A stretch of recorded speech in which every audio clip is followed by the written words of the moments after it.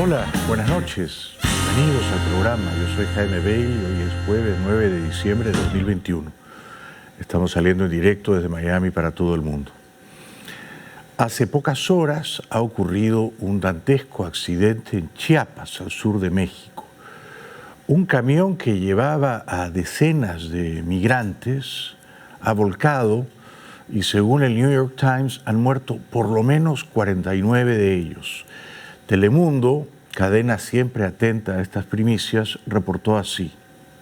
Un camión, un tráiler, transportaba a unos 200 migrantes indocumentados y volcó en la carretera que va de Chiapa de Corzo a Tuxtla Gutiérrez, capital de Chiapas. Aparentemente iba con exceso de velocidad. Y en este video del diario de Chiapas se pueden ver por lo menos 15 personas que perdieron la vida, pero reportes periodísticos en la zona aseguran que podrían ser por lo menos 40. Como puedes ver en las imágenes, bueno, una zona de desastre, de tragedia, cuerpos tirados, muchos paramédicos, gente de protección civil ahí dándoles ayuda.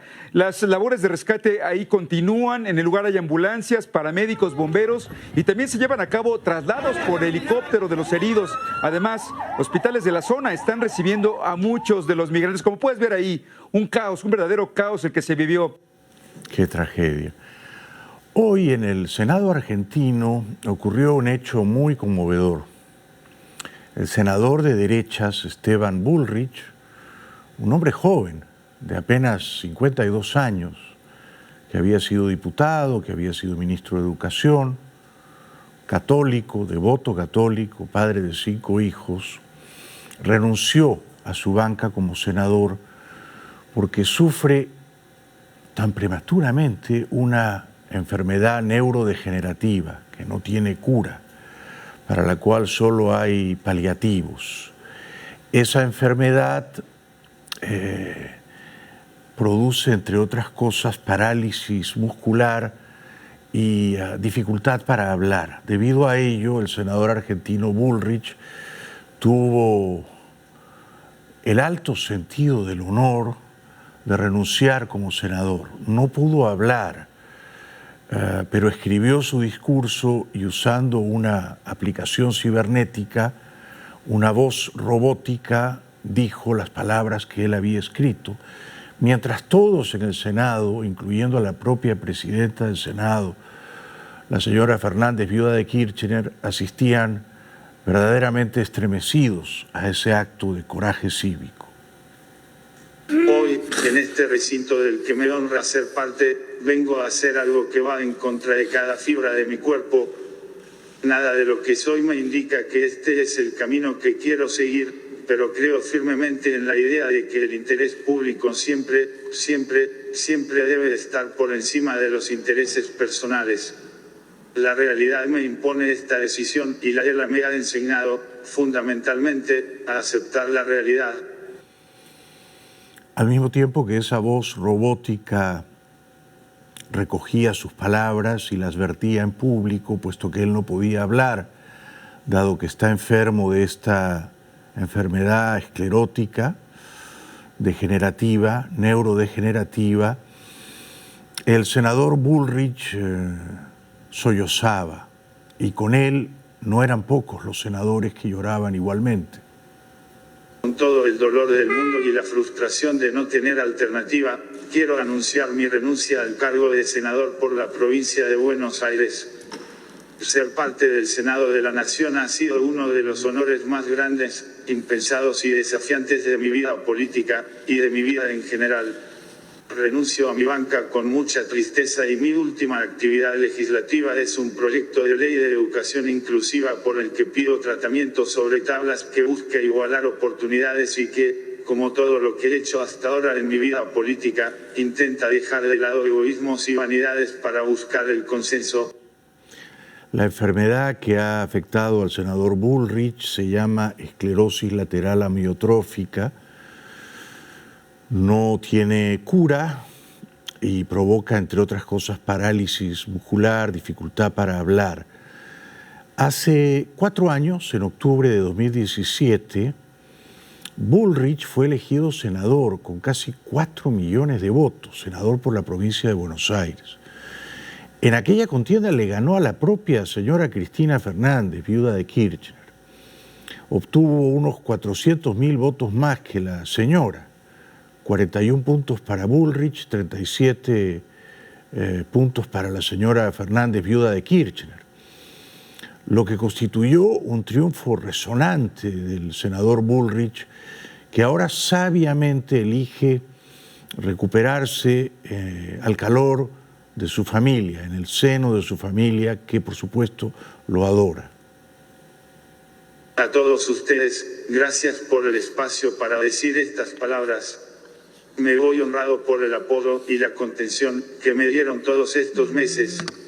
Es muy importante para mí saber que, a pesar de las diferencias y las peleas, vibra en cada uno de ustedes el deseo latente de hacer una Argentina próspera, sostenible, pujante e inclusiva.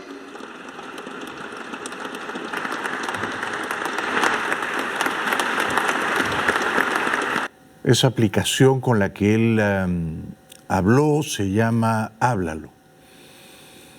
Le mando, por supuesto, un gran abrazo al senador Esteban Bullrich y a su mujer y a sus hijos, y espero que se recupere.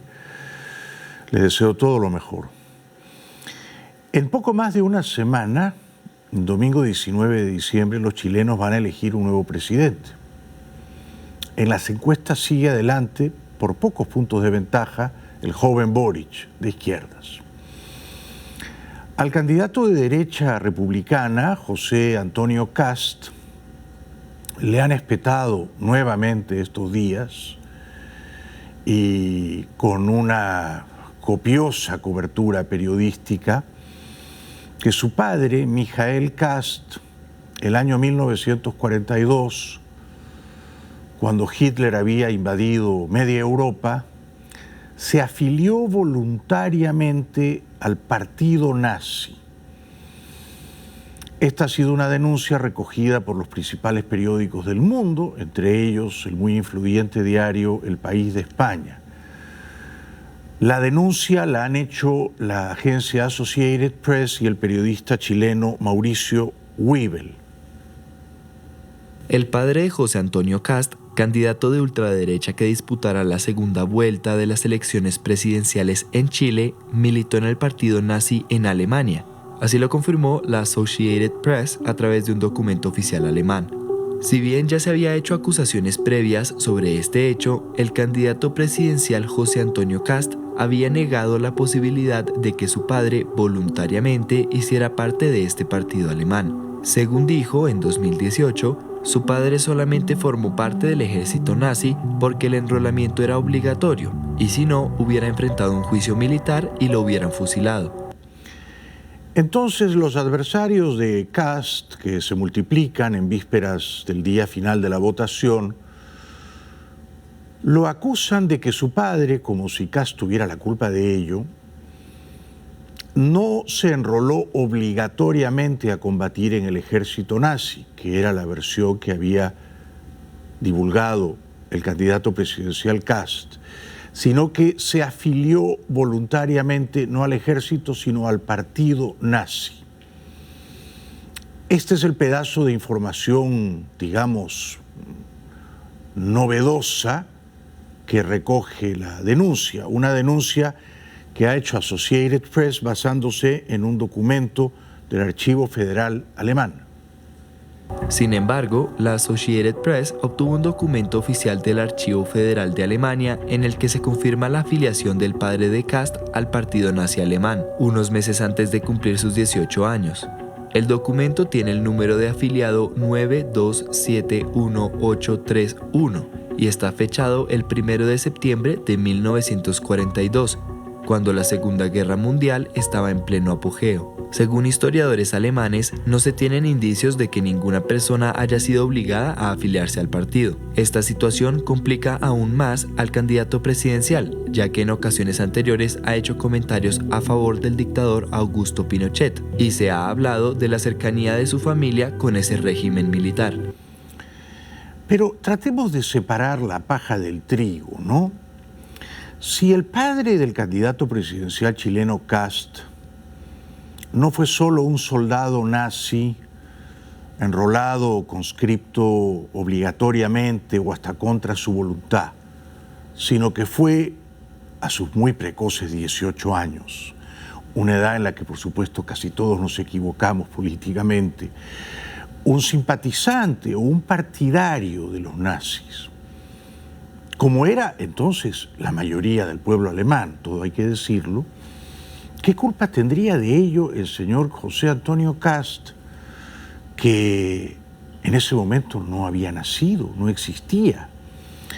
Esto sería reprobable o deleznable en la conducta de su padre, que además era un jovencito y que quizá, no lo sé, abrazó una causa, la del partido nazi, que en aquel momento era inmensamente popular en su país. No me parece justo descalificar moralmente al candidato presidencial José Antonio Kast por las cosas que hizo su padre en Alemania en 1942.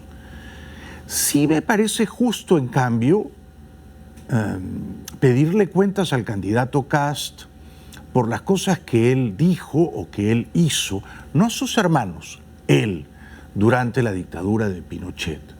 ¿Fue pinochetista? No lo sé, sus enemigos dicen que sí. ¿Votó en el plebiscito para que Pinochet, el año 1988 creo, continuara siendo dictador de Chile? No lo sé. Dicen que sí, que votó a favor de Pinochet. Estos son actos, son decisiones emanadas de la voluntad personal, de la libertad individual del candidato Kast. Y sobre eso cabe debatir.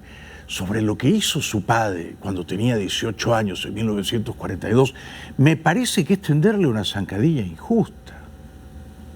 Durante la campaña presidencial del 2018, en la que Kast obtuvo solamente el 8% de los votos, dijo explícitamente sobre Pinochet: si estuviera vivo, votaría por mí. Ahora, si me hubiese juntado con él, nos habríamos tomado un tecito en La Moneda, sede de gobierno de Chile. También, en 2015, con el libro A la sombra de los cuervos, el periodista Javier Rebolledo realizó una investigación sobre la participación de civiles durante la dictadura en Chile. En este, a través de testimonios de Olga Rist, quien es viuda de Michael Kast, padre del actual candidato, afirma que Christian, uno de los hermanos de José Antonio Kast, colaboró en varias ocasiones con la DINA, que era la policía política del régimen, y que su padre estuvo relacionado con las detenciones a opositores. Pero el candidato presidencial Kast, en numerosas entrevistas, se ha defendido y ha dicho que su padre, Michael Kast, efectivamente peleó en el ejército alemán, pero no fue nazi. Cuando hay una guerra y hay un enrolamiento obligatorio, un joven de 17 años o 18 años no tiene opción de decir yo no voy, porque le hacen un juicio militar y lo matan, lo fusilan al día siguiente. Y cuando él le pone ese adjetivo nazi, yo le digo, mira, eso me violenta profundamente, porque la persona que a mí me educó, le mataron, asesinaron a 2 niños que ella cuidaba antes, los nazis. Mi abuelo nunca levantó el brazo para decir Heil Hitler. Él decía, Dios te bendiga, Grüß Gott, Dios esté contigo, todos los días, arriesgando su vida. Por lo tanto, cuando alguien así le pone el adjetivo y te pone un cartel, es indignante y hay que desenmascararlo. José Antonio Kast, no su padre, que está muerto, es un demócrata republicano. No sé si fue pinochetista, quizá lo fue, y ahora es un demócrata. La gente con el tiempo cambia, se corrige, a veces, raramente se mejora, se redime de los errores de su pasado. No creo que Kast sea nazi o fascista o enemigo de la democracia, no lo creo. Pero por supuesto en el debate el candidato favorito Boric le enrostró a Kast que el padre de este último había combatido en el ejército nazi. Se lo dijo no una, pero 2 veces. La verdad es que, como bien han señalado la mayoría de los candidatos, migrar es un derecho y a veces también una tragedia. Tu padre mismo fue un migrante después de mis dos hermanos. después de haber combatido en el ejército nazi. Mi madre después de y haber mi combatido en el padre. ejército nazi, tu padre Perdona. vino a Chile Gabriel, a tratar de construir. te regalé un libro. Dicho eso, donde Todos yo te ustedes quería son preguntar de familias migrantes, por si acaso, todos sí, sí, ustedes. sí. Lo que pasa es que yo te quería preguntar, que sea veraz José Antonio, en lo que si es que dice. conoces... Mi madre de pueblo original. Si es que conoces sí, pero a... su padre francés, apellido francés. Si es- Lo que sabemos es que en los 50 el papá de José Antonio Kast se mudó a Chile y bueno, hizo empresa y prosperó y hizo una contribución meritoria a la sociedad chilena. También sabemos que José Antonio Kast es un católico fervoroso, es un hombre de buen corazón. Podemos discutir ciertas ideas políticas suyas, ¿no? Pero es un padre de familia, tiene 9 hijos. No es ni remotamente el fascista o el nazi encubierto que sus enemigos quieren describir, ¿no? En la televisión chilena estos días están enervados, encrespados.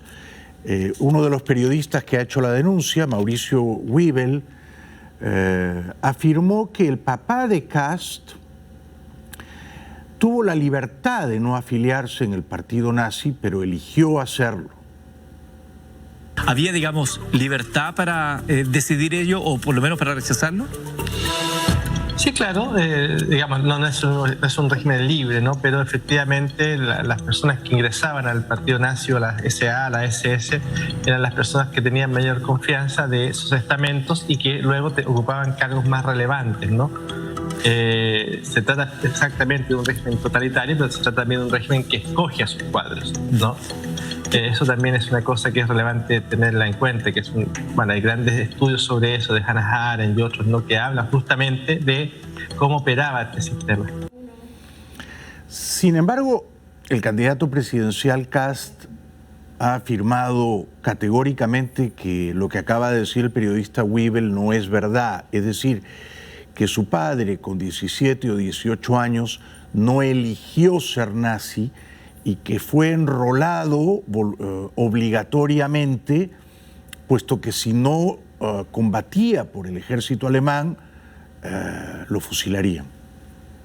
Él mezcla las fotos ahí de algunos asesinos nazis, ¿no es cierto?, perseguidos por la justicia y bien perseguidos, con la imagen de mi padre que he visto en un uniforme del ejército alemán, cosa que le salió complejo al señor Franzani cuando un día en un programa me dice: ¿qué se siente ser hijo de un nazi? Y yo le digo, así, perdón la expresión, ¿qué te pasa?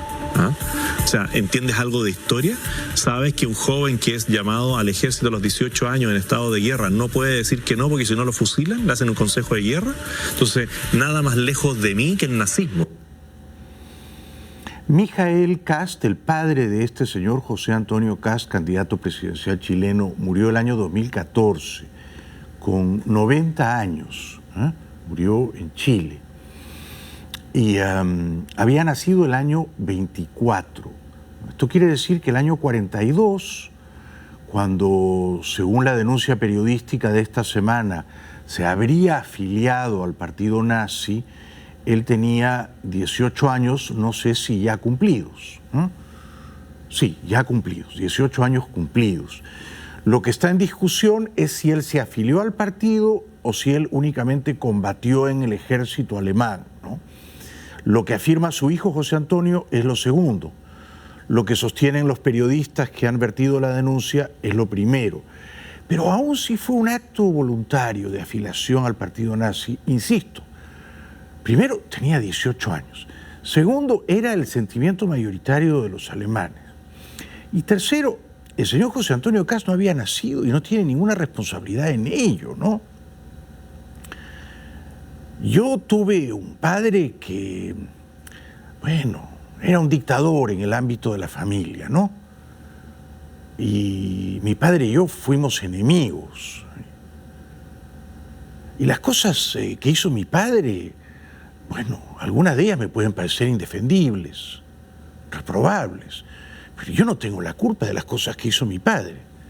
Menos todavía de las cosas que hizo mi padre antes de que yo naciera, o sea, no las cosas que hizo contra mí o contra mis hermanos, o contra mamá, sino las cosas que hizo él a los 18 años. Eso me va a descalificar a mí, me parece que es francamente absurdo, ¿no? En otra presentación en las televisiones de Chile, ante un periodista particularmente punzante, inquisidor, el candidato José Antonio Kast dijo que estaba muy orgulloso de ser hijo de Mijaíl, de su padre. Kast, ¿es cierto que el patriarca de su familia fue un oficial nazi que llegó a Chile por ahí por la década de los 50 y usted viene de esa rama familiar? No, y te puedo regalar el libro de la historia familiar. No es así. No. ¿Y cuál es la historia del Kast, Michael Kast? ¿Sí o no? Mijaíl Martin Kast Rist, mi padre. Orgulloso de ser hijo de él. ¿Quién fue Michael Kast? Mi padre. ¿Y cuál es la historia del oficial nazi que llega a nuestro país? ¿Por qué le pones un adjetivo nazi? Porque peleó en la Segunda Guerra Mundial, ¿no? ¿Y todos los que pelearon en la Segunda Guerra Mundial por los alemanes son nazis? Se lo estoy preguntando. Pero que ¿sí tú estás haciendo una afirmación, hombre. O sea, no fue un oficial nazi, estoy equivocado. No. Pero peleó en la Segunda Guerra Mundial por Alemania. Peleó en la Segunda Guerra Mundial, por eso te voy a regalar el libro. Peleó en la Segunda Guerra Mundial. ¿Sí o no? Fue soldado alemán. Usted dice que no es nazi. No. O sea, un soldado alemán que peleó en la Segunda Guerra Mundial no es nazi. No. En ese punto yo acompaño al candidato. No todos los soldados alemanes eran nazis y admiradores o partidarios de Hitler. Muchos de ellos tuvieron que ir a combatir contra su voluntad. No todos los soldados rusos eran estalinistas tampoco. Y muchos de ellos fueron a combatir y perdieron la vida porque la patria los conminaba, los obligaba a servir en las armas. Entonces hay que tener cuidado con las palabras, ¿no? Sobre todo porque lo que se trata de hacer es echarle una sombra nazi al señor Kast. Y me parece que eso es un golpe bajo. En esta acalorada discusión con el periodista punzante, Kast afirmó que él defendía la vida. ¿Qué valores o antivalores representa usted que hay gente que se siente llamada a seguirlo, fotografiarse con usted, lo admira, lo respeta? No le ando preguntando, pero yo defiendo la vida. Defiendo la libertad de educación. Defiende la vida, acaba de decir que siente un delincuente en su casa, usted le dispara y lo mata 5 veces. ¿Eso es defender la vida? Eso es defensa personal. ¿Tú pero no la vida... Si alguien entra a tu casa y quiere violar a tu señora, ¿eres casado? La vida es la vida. ¿Tienes hijos? La vida es la vida. ¿Tienes hijos? O sea, usted tiene... La defensa personal. Usted discrimina distintos tipos de vida. La legítima defensa. Yo estoy en contra de la pena de muerte. Bueno, en ese punto me parece que el periodista, con todo cariño, porque le tengo profundo afecto, está equivocado, ¿no? Si un criminal irrumpe en tu casa y va a violar a tu mujer o te va a matar, tienes perfecto derecho de dispararle, ¿no? Y eso no es despreciar la vida, ¿ah? Me parece que esto es un punto que el periodista no alcanza a capturar con la debida nitidez moral, ¿no? No es lo mismo matar a un inocente que a un culpable, ¿no? No es lo mismo matar a una persona de buena entraña, pacífica, que no ha hecho nada, que defendiéndote neutralizar la vida de un atacante que va a hacerle un daño fatal o letal a tu familia, ¿no? Pero ¿cómo si usted está dispuesto a matar a alguien cuando entra a su casa? Legítima defensa, ¿te suena? Sí, pero... ¿Te suena? La vida es una sola. Si alguien te apunta y te quiere matar, ¿qué haces? Le dices, dispárame, mátame. Si están apuntándole a tu hijo o quieren violar a tu hija, ¿tienes hijos o no? Pero si usted está dispuesto... ¿Tienes hijos? Usted está dispuesto a que a partir de una violación... ¿Es un diálogo o un a que a partir de una violación, una mujer conciba de todas formas esa guagua. Perdona, a ver, que te cambias de tema. Estamos ahí aclarando usted es el pro tema. vida. No, estamos aclarando pero cuando entra el un delincuente a su casa, usted está dispuesto a pegarle 5 tiros y eliminarlo. Estoy hablando de un violador, de un asaltante que va a entrar a mi casa y quiere matar a mi hijo. Yo voy a sacar la pistola y lo voy a disparar. Así que no lo te entiendo, recomiendo señor algo, Kast. no entres a mi casa por la ventana. Yo no comparto la confusión del periodista, ¿no? No hay equivalencia moral entre un feto que pertenece al cuerpo, al organismo de su madre, y yo soy partidario del aborto, estoy en contra de Kast en ese punto, pero es la madre quien gobierna su cuerpo y es la madre quien decide ser mamá o no, quien decide prolongar su embarazo o interrumpirlo. Esta es una decisión que cada madre debe hacer según su conciencia, sus valores, sus expectativas del futuro, sus deseos de maternidad o no. Pero no hay una equivalencia moral entre eso y un criminal que irrumpe en tu casa y que va a matar a tu familia y al que tienes que dar de baja y neutralizar. No cabe esa comparación, no cabe. Y luego le enrostran o le achacan al candidato Kast que él tiene seguidores nazis en Chile, ¿no? No sé si esto es verdad o es una denuncia caprichosa, antojadiza, pero ¿qué culpa tendría Kast en el caso de que efectivamente algunos locos neofascistas lo vieran con simpatía, ¿no? Pero solamente para retomar el punto que me parece que plantea Ignacio, él plantea, ¿qué cree usted que inspira a cierto sector que es ultra agresivo muchas veces? Incluso a usted le han colgado seguidores nazi, Facebook. Usted frente a esa gente que puede estar... Lo rechazo profundamente, profundamente. Y espero que nunca te pase que tengas que defender la vida de tu hijo, porque al menos yo creo que vas a reaccionar como reacciono yo, defendiendo a toda costa la vida de tu hijo, de tu hija, de tu esposa o de tu pareja. Me parece preocupante que no responda las preguntas de esta noche. Te la respondí directamente. No me dijo que lo que usted sentía inspiraba. No lo sé, en una hombre, persona ¿cómo te voy como a contestar él? algo que no sé? Claro, pero antes de ir a la pausa, ¿no? Un líder político, sobre todo si es un candidato a la presidencia y más todavía si ha pasado la segunda vuelta, si está en vísperas de llegar al poder, inspira toda clase de sentimientos y de pasiones, altas y bajas pasiones, entre toda clase de individuos, ¿no? Esto es algo ingobernable. Habrá gente que lo ve con adoración, gente que lo glorifica, gente que hasta daría la vida por él. Habrá gente que lo quiere matar, que lo quiere acuchillar. Le pasó a Bolsonaro, ¿no? Gente que lo odia de una manera visceral, que si pudiera lo estrangularía. Entonces, si hay entre los muchos partidarios de Kast un segmento o un bolsón, y seguramente existe, en la extrema derecha autoritaria, recalcitrante, antidemocrática, neofascista, yo espero que eso no afecte el discurso ni la conducta del señor Kast y que él tenga el buen juicio, y creo que lo tiene, de prescindir de ese tejido adiposo de su cuerpo político. Una pausa será breve y regresamos enseguida con todo lo último de Biden y su curiosa cumbre democrática. Una cumbre por internet, una cumbre virtual. Pero Biden ha elegido a los países que son democráticos y a los que no, con lo cual ha creado un berenjenal. Ya venimos.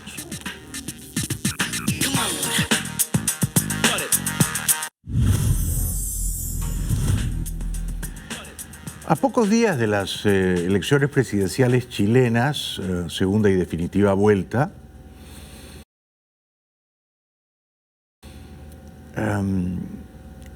quiero recordar este fragmento del debate entre Boric y Kast. Porque Boric, que va adelante en las encuestas, que parece el favorito, más o menos 40% de intención de voto contra 35% de Kast, dijo que Kast tiene en paraísos fiscales 12.000 millones de dólares. Esto no puede ser verdad. Esto debe de ser un error del candidato Boric, ¿no? Que conoces a Cecilio Roberto Moreno, ¿no? Sí, me Él aclara. es el notario de Panamá que validó tu inversión de 12.000 millones de dólares en un paraíso fiscal. Cuando tú hablas de patriotismo y cuando buscas defender permanentemente a los chilenos y tus bots en redes sociales están permanentemente aludiendo a eso, yo me pregunto qué pensarán de una persona que busca permanentemente eludir impuestos en sociedades en Panamá mediante un notario, que seguramente hoy día olvidaste su nombre, y que evaden impuestos en Chile. Eso a mí me parece que es tremendamente vergonzoso y ojalá que el tema de la migración lo tomemos en serio porque como bien Sí, dice- me molesta cuando tú levantas ese tipo de acusaciones que son falsas. Pero de nuevo, yo no creo que Kast tenga 12.000 millones de dólares en ninguna parte del mundo.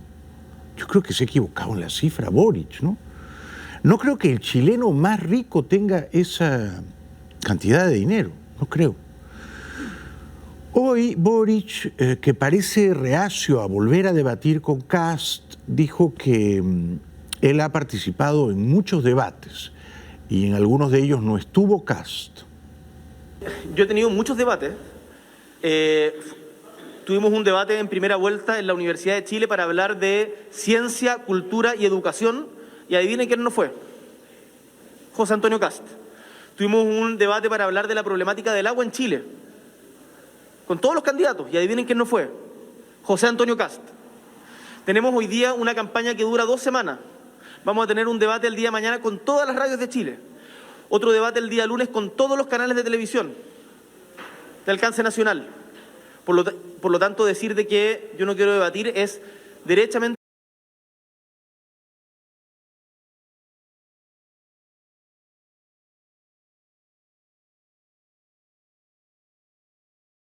una mentira. Pero, señor Boric, me permito discrepar, ¿eh? Una cosa.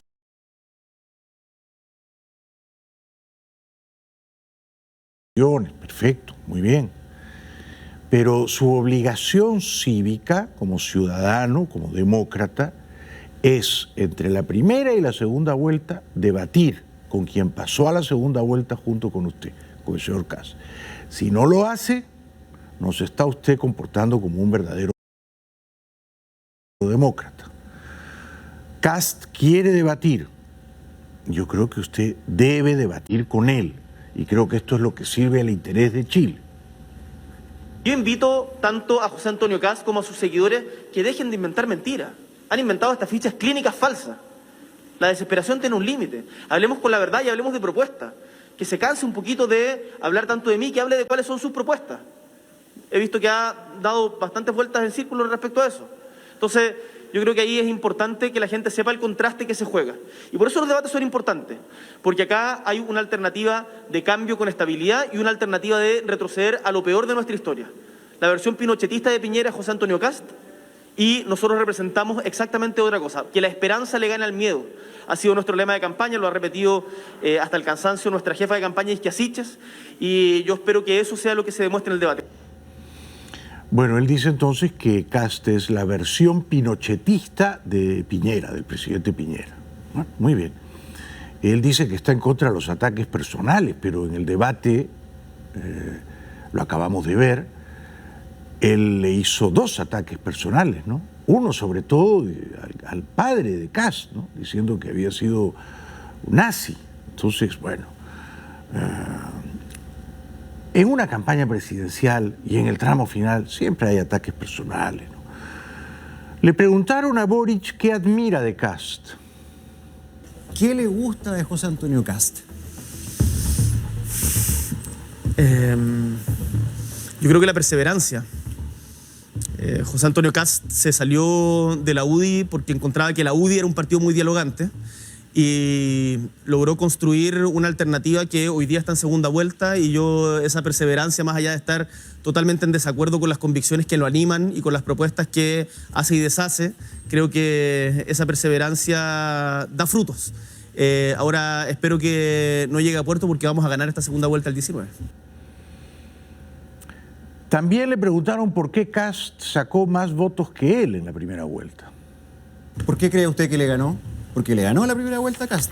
Él tuvo una muy buena votación y yo creo que ahí, más que de por qué ganó él, yo creo que nosotros nos faltó interpretar ciertos elementos que son importantes para la sociedad chilena en donde no pusimos suficiente énfasis.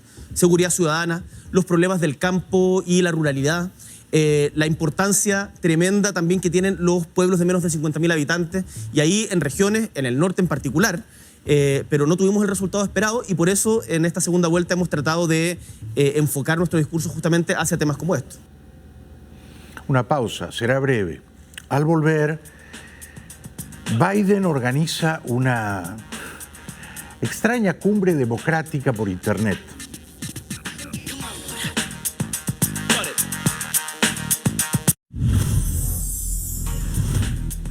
El presidente Biden despidió hoy en el Capitolio, en el Congreso, al senador republicano Bob Dole, que ha fallecido con 98 años.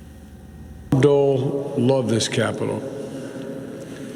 It's where he served the nation, shaped by the figures that surround us. America has lost one of our greatest patriots.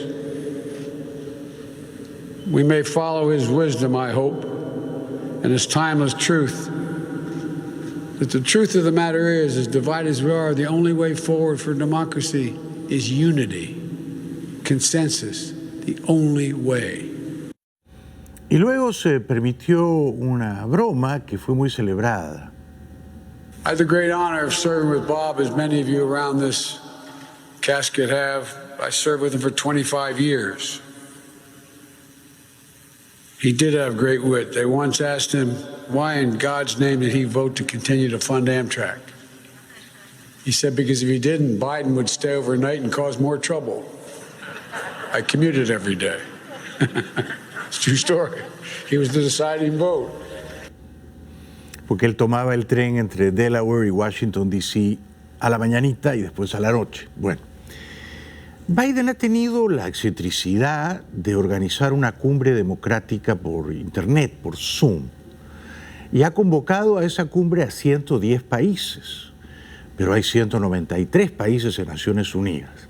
Ha dejado a 83 países fuera de su cumbre. A esos 83 países les ha dicho, ustedes no son democráticos. Y entre ellos hay algunos países que están cabreados con Biden, naturalmente, ¿no? Por ejemplo, Egipto, por ejemplo, Turquía, por ejemplo, Hungría. En cambio, sí ha invitado a la cumbre, y esto también se le cuestiona, a países cuyos gobiernos no se portan demasiado bien, como Pakistán o Filipinas. And welcome to the first Summit for Democracy. This gathering has been on my mind for a long time for a simple reason. In the face of sustained and alarming challenges to democracy, universal human rights, and all around the world, democracy needs champions. Democracy, government of the people, by the people, for the people, can at times be fragile, but it also is inherently resilient. It's capable of self-correction, and it's capable of self-improvement. And yes, democracy is hard. We all know that. It works best with consensus and cooperation. Entonces el anfitrión, pero esto es por Zoom, ¿eh? 110 países cuyos líderes mandan un mensajito por Zoom, ¿no? Y luego 83 países que se quedan rencorosos fuera de la fiesta democrática. Con lo cual uno se pregunta, ¿valió la pena hacer esta extravagancia? Porque hay países que se quedan por fuera, como Egipto con Al-Sisi o Turquía con Erdogan, que tienen una relación con Estados Unidos, pero ahora les hemos hecho, bueno, un feo, como dicen en España, ¿no? Biden dice que la democracia requiere un esfuerzo constante. Quizá este esfuerzo de la cumbre por Zoom se lo pudo haber ahorrado, ¿no? Here in the United States, we know as well as anyone that renewing our democracy and strengthening our democratic institutions requires constant effort. American democracy is an ongoing struggle to live up to our highest ideals and to heal our divisions, to recommit ourselves to the founding idea of our nation, captured in our Declaration of Independence, not unlike many of your documents. We say, we hold these truths to be self-evident, that all women and men are created equal, endowed by their Creator with certain inalienable rights, among them life, liberty, and the pursuit of happiness.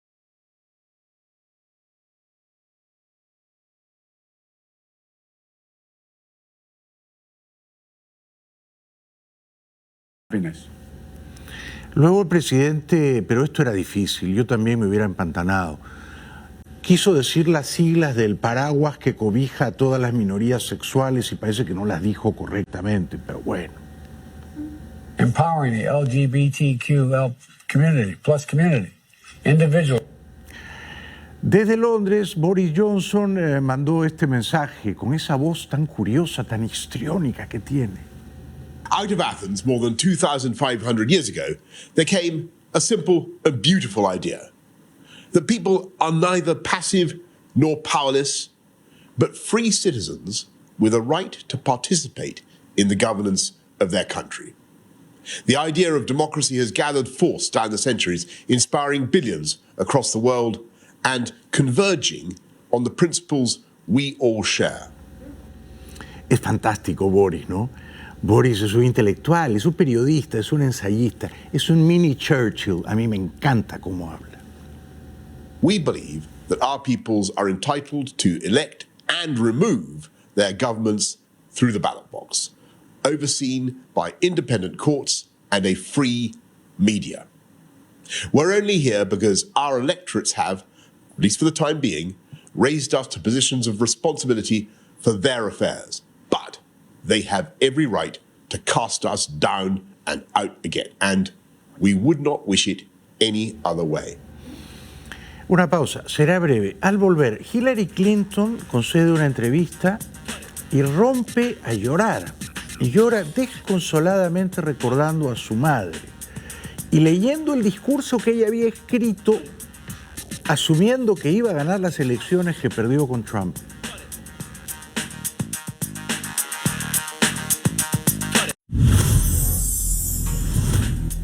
Hillary Clinton ha publicado recientemente un texto, una novela, un thriller. Concede una entrevista, probablemente para promocionar ese libro, recuerda a su madre, que ya murió, rompe a llorar y además confiesa que ella había escrito el discurso para la noche en que suponía que iba a ganar la presidencia y que la perdió con Trump. El texto estaba escrito y lee algunos pasajes o fragmentos y de nuevo rompe a llorar. An emotional Hillary Clinton sharing for the first time what would have been her 2016 presidential acceptance speech. I've never shared this with anybody. I've never read it out loud. Excerpts of the speech were made public Wednesday, part of an online class offering political insights and lessons. Clinton choking up when speaking about her mother, Dorothy Rodham, who had a difficult childhood, sent away by her parents at age 8 on a train to live with her grandparents, then finding work at age 14 as a maid. La señora Clinton se conmueve de verdad recordando a su madre Dorothy y dice las cosas que le gustaría decirle a su madre cuando se encuentren, si se encuentran. I dream of going up to her and sitting down next to her, taking her in my arms and saying, "Look at me, listen to me. You will survive. You will have a good family of your own and 3 children. And as hard as it might be to imagine, your daughter will grow up and become the President of the United States." Pero no ocurrió. Trump le aguó la fiesta, le frustró la película. De todos modos, ya ese año la mamá de Hillary no vivía. Su mamá Dorothy falleció hace 10 años, en 2011. Alcanzó a ver si, no solo que Hillary fuera primera dama, desde luego, con todos los escándalos subsiguientes, ¿no? Mónica Lewinsky, las turbulencias horrendas de aquella época, pero alcanzó a ver también cuando Hillary trató de ser candidata demócrata el año 2008 y perdió la nominación con Obama, y también pudo ver cuando Obama tuvo la gracia de nombrar a Hillary secretaria de Estado. Dorothy Rodham would campaign with her daughter. So help me God. So help me God. Seeing her become Secretary of State in 2009 after losing the presidential nomination to Barack Obama. Clinton's mother died in 2011, 5 years before her daughter would run again, nearly becoming the country's first female president. Pero a veces las personas somos mejores no cuando ganamos, sino cuando perdemos, ¿no? Y a veces las personas aprendemos más de la derrota que del triunfo. Y a menudo, creo yo, las personas somos mejores o encontramos nuestro mejor registro no ocupando el poder, sino estando en las orillas contrarias al poder o lejos del poder, tan lejos como está ahora la señora Clinton, que vive en una casa muy linda y muy grande en Upstate New York, rodeada de bosques, de ciervos, de venados, quizá de algún oso que se acerca a comer la basura, que sale a pasear a sus perros, que juega con sus nietos. Puede que esto sea mucho mejor que ocupar el centro tóxico del poder. Pero no deja de ser conmovedor que la señora Clinton tenga la honestidad intelectual de leer el discurso que ella había escrito la noche en que estaba segura que ganaría la presidencia. La primera presidenta mujer en la historia de este país, y no fue, y no lo pudo leer. In her would-be acceptance speech, she wrote about her hopes for America.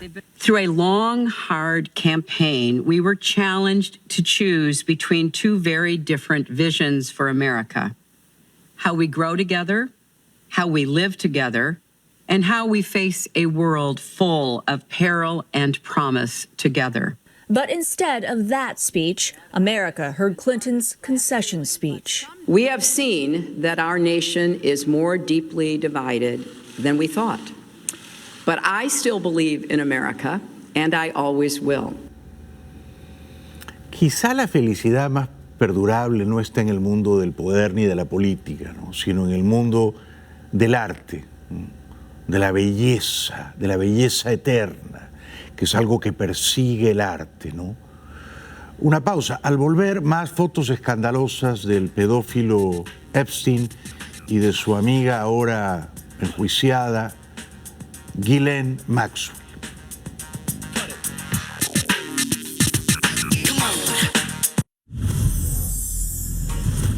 En el juicio a la señora Maxwell, íntima amiga del pedófilo Epstein, que se lleva a cabo en Nueva York, se han divulgado unas fotografías muy comprometedoras que revelan que el príncipe Andrés, de la corona británica, habría prestado a Epstein y Maxwell el castillo en Balmoral, Escocia, a donde va a pasar los veranos, entiendo, la propia reina Isabel II. Estas son fotos de Epstein con Maxwell en un paraje bucólico escocés. Se presume que las fotos son del año 99 y allí se ve a la reina en exactamente el mismo lugar. Ambientes campestres de la propiedad regia británica en Balmoral. Ese es el príncipe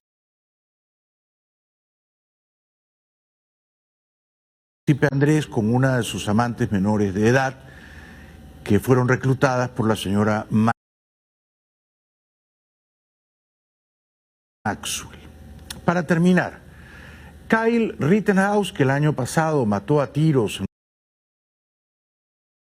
Wisconsin a 2 muchachos, se pasea por las radios y por las televisiones y ahora se queja porque el presidente Biden no lo ha llamado a disculparse. The president ever call you to apologize? He hasn't, and I would like to sit down with the president and have a conversation with him and tell him the facts of what happened. O sea que Rittenhouse cree que Biden está obligado a sentarse a conversar con él. No va a ocurrir. Gracias por hoy. Seguiremos conspirando mañana. Muy buenas noches.